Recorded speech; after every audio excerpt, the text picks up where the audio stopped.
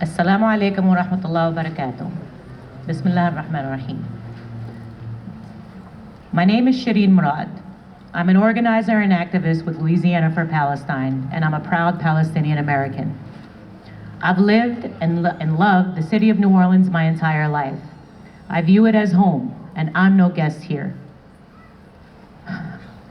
New Orleans, I come to you with a wounded heart, but never a broken spirit. Like many of you, I've come to learn that my country is not only complicit in the genocide of my people, but that my policy and lawmakers revel in it.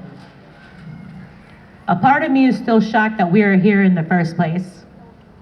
Where is here, you may ask? Honestly, I have no earthly idea where here even is anymore. In the past 4 months, we've watched 30,000 Palestinians die. We watch with our own eyes, on our cell phones, as if Israel's deadly, shameless, and despicable assault on Palestinians were a TV show.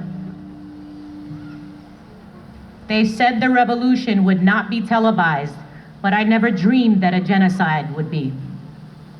We tune in every day to watch infrastructure and homes being blown to pieces. We watch people being starved to death by a government that's fueled by greed, hatred, and a thirst for the ethnic cleansing of Palestinians. A settler colony for which my country has declared unwavering support. America, we've been here before. Our hero, Malcolm X, told us, yet we refuse to listen. He said, "Oh, I say, and I say it again, America, you've been had. You've been took. You've been hoodwinked, bamboozled, led astray, and run amok. America, why does Israel get your unwavering support? Economically, we are at our worst ever in modern times, yet a foreign government gets your unwavering support? Why can't we, the American people, get your unwavering support?"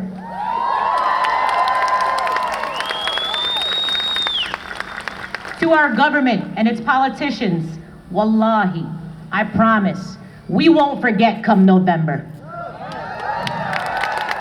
We won't vote for any politician that does not openly, loudly, and vehemently demand an end to Israel's apartheid regime.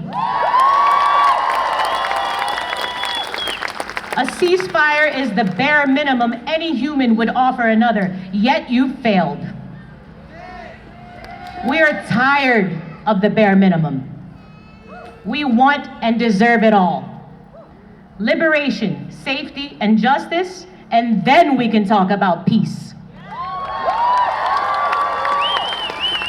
We will continue to raise hell until we get it.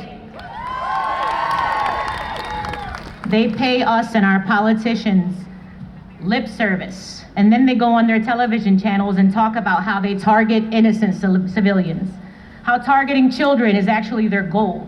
They boast about it, celebrate it, laugh about it. There's literal documentation of them doing this multiple times. 30,000 Palestinians are dead. For context, our very own Smoothie King Center seats 17,000 people. So our country's favorite ally and partner is executing a genocide that could fill the Smoothie King Center twice. It could fill the Smoothie King Center once with just children alone. Is that what we stand for? For humanity's sakes, I hope not. Because if anyone knows what it means to stack up dead bodies in stadiums while the rest of the world looks away, it's us here in New Orleans. We are in the darkest period in modern times. Over 30,000 Palestinians are dead. Over half of them are children, and history will not be kind to those that supported the first ever televised genocide. None of you on the other side will be able to do damage control to your legacies. And when I said when, the settler colonial Israeli regime will fall. Our movement is growing at an astonishing rate, and the Zionist regime knows it. They are terrified of us. They are terrified of our voices of truth, our calls for liberation, and they should be. Why else would they frantically try to contain and silence an entire generation? Why else would they pour billions into PR, including a desperate and ridiculous $7 million commercial during the Super Bowl? If you hear nothing else of what I said, I want you to hear this. And look at me when I say it.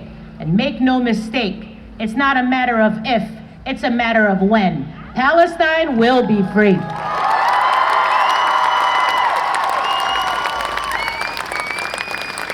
Before I leave today, I want to speak to the children of the Palestinian diaspora. Palestinian Americans, hear me and hear me well. You are in what Che Guevara called the belly of the beast for a reason. Your fathers crossed oceans and left behind everything for a reason. Your mothers learned the tongue of the colonizer for a reason. Your parents missed the funerals of their family members in Palestine to raise you here on what to them was a strange land for a reason. Missed decades of their lives in their homeland for a reason. Watch from afar as it crumbled again and again for a reason. Do not let your people miss this chance. Do not squander the chance of allowing the voice of your people to be heard in the land of the colonizer and in his own tongue. You must act, raise awareness, boycott, organize, protest, resist. Do it for your ancestors waiting for you to get back their olive trees. They are watching. Do it for your descendants that will follow you, the generations coming. I see some are here today. They are also watching. Do it for all the others in the world that also experience the bitter and unjust life of oppression, Congo, Sudan, and all of the others. None of us are free until we are all free. As Shadi Akhi says, if we can't all get a piece of the pie, then let it crumble. It's obvious that no one is going to save Palestine but herself, and we are all Palestine.